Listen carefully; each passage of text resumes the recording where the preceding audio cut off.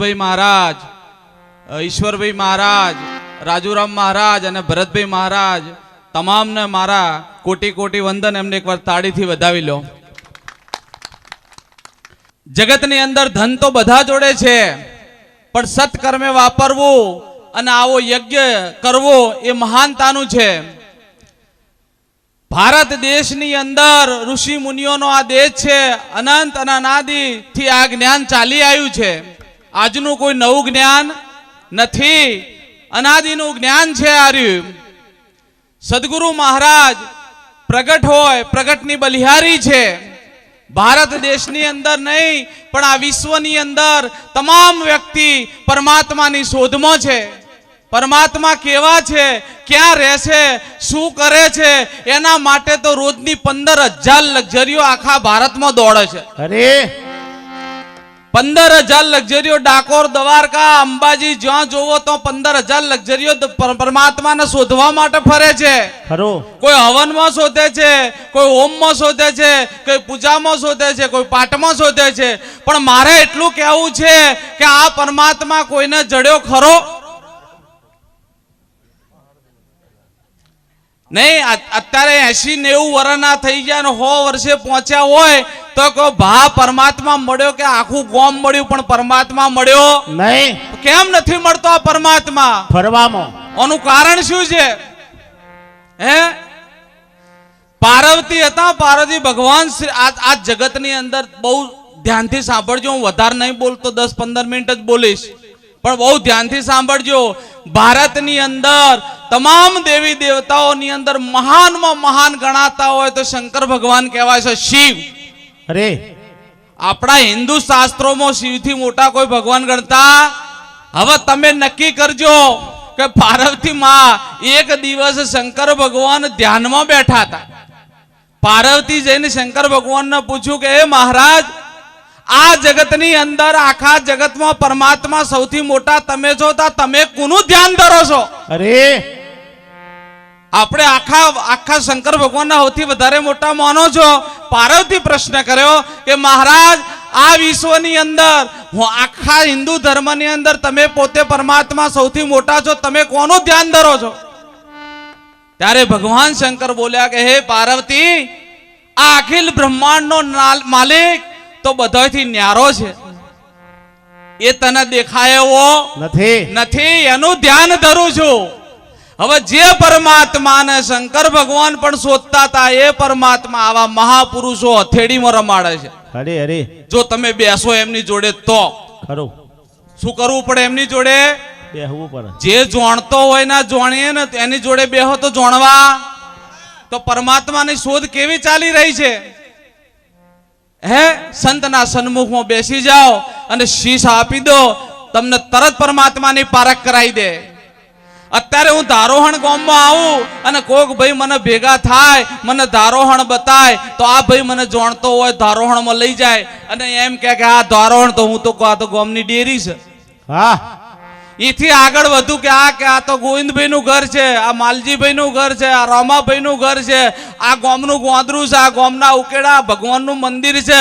એટલે આ મારે તો ધારુહણ જોવું છે. કે ધારુહણ તો નહીં બતાવી શકું. જે દાડો તમને ધારોસણ નક્કી થઈ જશે, એ દાડ પરમાત્મા નક્કી થશે ને થશે. કશું કરવાની જરૂર નહીં. તમે કેવા ઘરના વાસી હતા અને આ જ્યાં ત્યાં પજે લાગતા થઈ ગયા. તમે તમારી ઓળખાણ કરો. જય હો. આખા ગામને ઓળખો, કાકાને ઓળખો, કુટુંબને ઓળખો, હગાને ઓળખો, વાલાને, મોમા, માસી, કાકા, કુટુંબ, પૃથ્વી, આકાશ, પવન, પાણી, અગ્નિ, છેલ્લે કહું તો દેવી દેવતાને પણ તમે ઓળખો. તમે તમને નહીં ઓળખતા. ખરું. જે દાડ તમે તમને ઓળખશો ને એ દાડ પરમાત્મા ઓળખવાની જરૂર રહેશે નહીં. જેમ કે જે પરમાત્માને ઓળખવા જ્યાં છે એ મટી ગયા છે, એક પરમાત્મા જ રહી ગયો. મીઠાની પૂતળી હોય, મીઠાનું પૂતળું બનાવો અને એને દરિયામાં લઈ જઈને એમ કે દરિયાનું તળિયું માપી આય, તો જેવી પડે ને એવી ઓગળી જાય. તો આ બધા ઓગળી જેલા બેઠા છે. જય હો. જો ખબર પડે તો આ બધા બેઠા ચેવા છે? ઓગળી જેલા બેઠા છે. હવે આ પરમાત્માની શોધ તમે કેવા ઘરના વાસી હતા ને શું દશા થઈ? મહારાજે એક ભજનમાં કીધું, અરે અગમ ઘરનો વાસી રે તું છે, અગમ ઘરનો વાસી.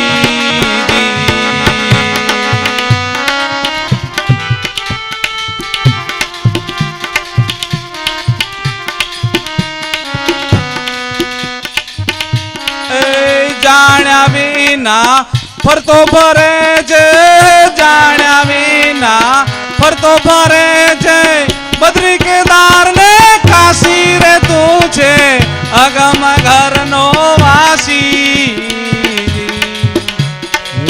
અગમ ઘરનો વાસી તું તો અગમ ઘરનો વાસી. એ હા તારામાંથી ખસો નથી ને, અખંડ છે અવિનાશી. હાલો. તારામાંથી તું કશો નહીં ને,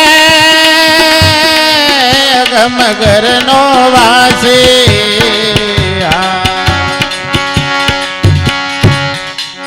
સદગુરુ મહારાજે કીધું આખું જગત ગમમાં આવે, આખું જગત ગમો આવે. હવે ગમો એટલે તમે ગાયને ઓળખો, પોંદરાને ઓળખો, આ ઓળખો, ઝાડ ઓળખો, લેમડો ઓળખો, બધું ઓળખો ને.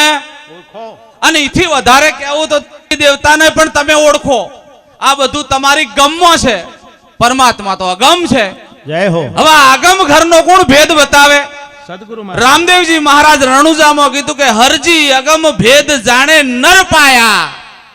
જેને અગમ ભેદ જાણ્યો છે એ પાયા છે. આ બધું તો તમારા ગમો છે. અને ગમ અને ગમનો જોનારો બે ખોટા છે. અરે આ ગમ છે ને, આવા અગમ કેવું છે? સદગુરુ મહારાજના શરણમાં જઈને બેસો તો અગમની ખબર પડે. તમે અગમ ઘરના વાક્ષી હતા. એટલે કબીર સાહેબે તો શંકર ભગવાન ને બ્રહ્મા વિષ્ણુ મહેશને કહી દીધું. શું કીધું?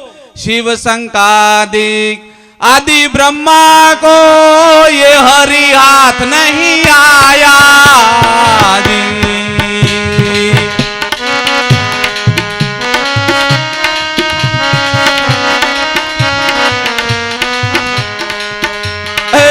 व्यास वशिष्ठ विचारत हारे, व्यास वशिष्ठ विचारत हारे, कोई गम नहीं पाया रे संतो भाई, सदगुरु या लख लखाया.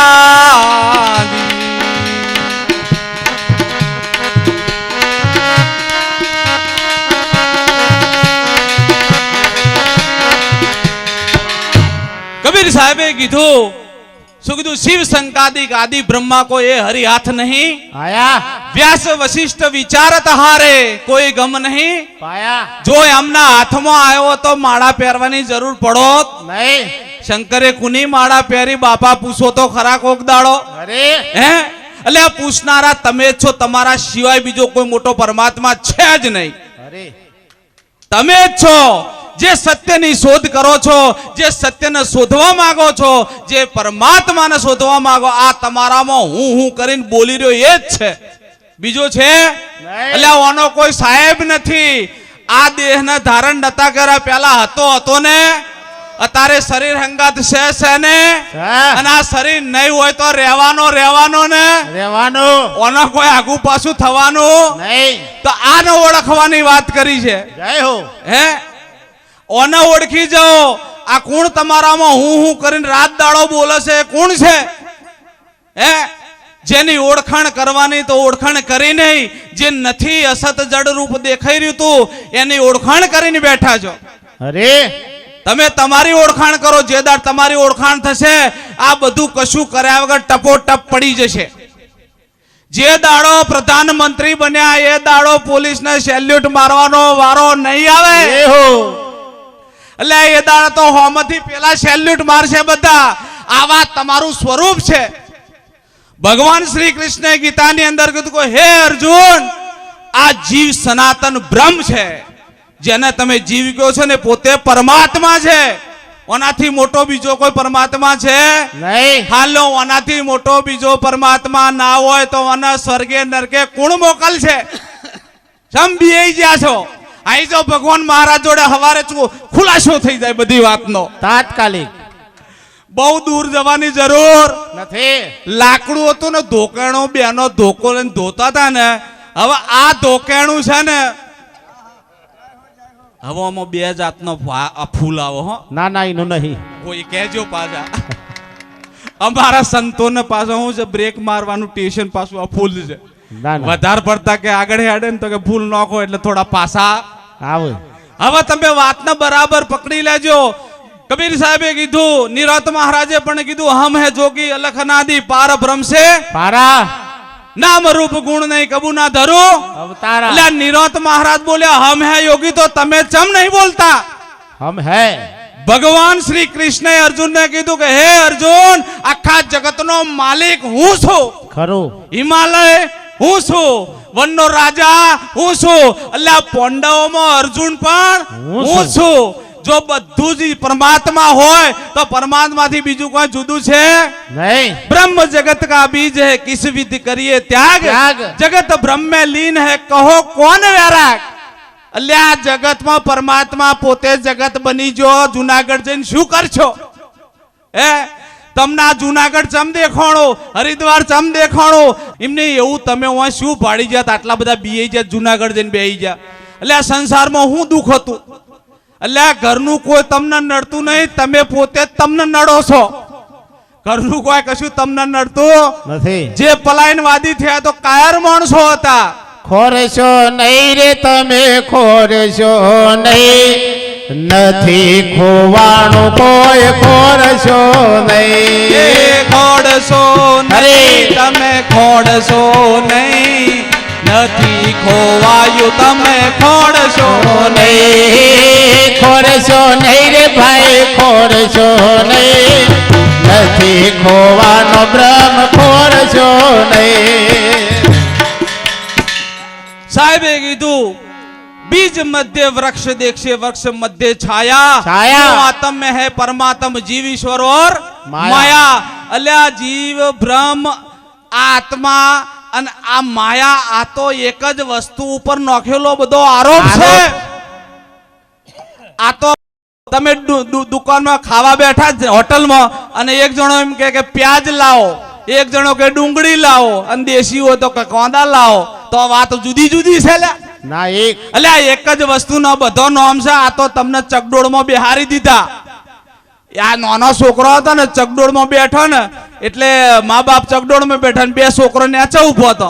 પછી ચકડોળ ગોળ ગોળ ફરે ને એટલે છોકરો એમ કે માં આવી, હા. અને પછી ચકડોળ ઉપર જાય એટલે શું કે માં જઈ. ગઈ. એટલે આ માં આવીએ નહીં, માં જઈએ ગઈ નહીં. નહીં, જીવ આવ્યો નહીં, જીવ. જોયું ને? આ જગત ની અંદર કોણ ખોલીને આ દારૂહણમાં હોબળી લેજો ખરું. કે તમને જીવ બનાવીને પાખંડી માણસો રડી કાઢ્યું છે. ખરું ખરું. તમને બનાયા છે જીવ, અને આના ઉપર પાખંડી માણસો રડી કાઢ્યું છે. આજે જાગવાનો વારો છે, જાગી જો. તમે પોતે પરમાત્મા છો. સાધુ બાબા બેટા તેરા કલ્યાણ હોગા. એટલે કોનું કલ્યાણ થા? આ શરીર તો 100 વર્ષે રહેવાનું નહીં, રખ્યામાં જવાનું, અને આ બોલનારો ભાથી ગતરીને કોઈ જવાનું નહીં, થવાનું નહીં. અરે આવો આ પરમાત્મા છે, આ જીવ નથી. જેને જીવ માનીને બેઠા છે ને એને પગે લાગવાનો વારો આવ્યો છે. આ સનાતન પરમાત્મા છે. તમે બીજા પરમાત્માની શોધ કરશો નહીં. હવે વાતને બરાબર પકડી લેજો. વાત ચોંડખા પડી છે. પરમાત્મા પોતે જ જગત બની ગયો છે. જગતનો પરમાત્મા બે છે નહીં. હવે તમે કહો મહારાજ પરમાણ આલો, ના કે પરમાણમાં કરતો બે હા નહીં. એટલે આ બેનો ધોકો લઈને લુગડા ધોતો હોય તો આ ધોકો અને લાકડું જુદો છે કે એક છે? એક. તરવાર અને લોખંડ જુદો કે એક? એક. હે, આ તરવાર ને લોખંડ જુદા કે એક? એક. હવે તમે નક્કી કરી લો કે જેમ સોનાની અંદર અનેક દાગીના દેખાય તો સુધી સોનું તમારા ધ્યાનમાં આવશે નહીં. અને જે દાડ સોનું ધ્યાનમાં આવે એ દાડ દાગીનાનો ભાવ રહેશે નહીં. તો આ બધા બેઠો એ શું છો? આ બધા સચ્ચિદાનંદ પરમાત્માના ફૂલ છે, અને પોતે સચ્ચિદાનંદ પરમાત્મા છે. હવે તમે સમજો કે જેમ દોરાની અંદર મણકા છે એમ સચ્ચિદાનંદની આ બધી લહેરો છે. આ બેઠી બધી સચ્ચિદાનંદની લહેરો છે. પરમાત્મા પોતે છે. પણ હવે તમે બરાબર વાતના સમજી લો. જેમ સોનું દાગીનાથી જુદું નથી. હવે ના આવો ફૂલ હાચો આવ્યો, કમ્પ્લીટ આવ્યો. અમે એક જગ્યાએ ભજન કરતા હતા ને એક મહારાજ ફૂલ નાખતા હતા એટલે મેં કીધું આ ફૂલ ઉપર ફૂલ નાખીને શું કરશો? હા હા આ શું છે? ફૂલ. આ ફૂલ છે, છેલ્લે તારાવા નહીં જતા, હવે ઓના ઉપર ફૂલ નાખવાનો પાછો. એટલે હવે છેલ્લી વાત કરી દઉં કે જેમ લેબડાની લેંબોડી હોય, વાતને બરાબર પકડી લેજો. હવે વધુ સમય નહીં લો કારણ કે આક્રમણ થાય. હા લીમડાની લીંબોડી વાવો તો શું થાય? લીમડો થાય.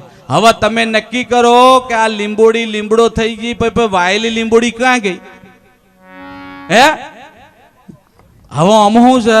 અડધા કે અદ્રશ્ય થઈ ગઈ, અડધા કે જતી રહી. હવે ચો જઈ? અલ્યા ક્યોય નહીં જે લીંબોડી જ લેમડો થઈ ગઈ છે. આ લીંબોડી હતી શું થઈ ગયું? લેમડો થઈ ગઈ. હવે આ લીંબોડી લેમડો થઈ ગઈ એટલે ડાળા જુદા લાગે, પત્તા જુદા લાગે, ફળ જુદું લાગે બધું જુદું જુદું. પણ શું બધું? લીંબોડી. એક લીંબોડી જ બધું બની ગઈ છે.